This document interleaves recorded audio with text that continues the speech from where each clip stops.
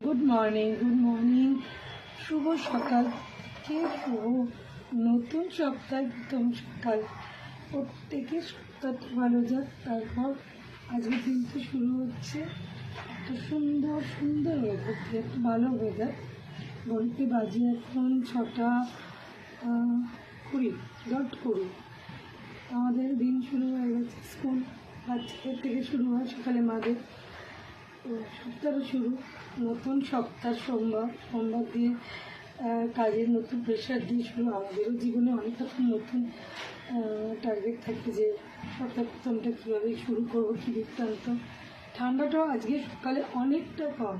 মানে আজকে সকালে উঠে পছলের যে জামা কাপড়গুলো আমরা পরি, নাইটিগুলো, ওগুলো আজকে পরা যাচ্ছে না। আমার যাচ্ছে না, আমি জানি না অনেক গ্রামের দিকে হয়তো ভেতরের সব জায়গায় ঠান্ডা আছে, বাট আমাদের এখানে ঠান্ডাটা আজকে অনেকটাই কম।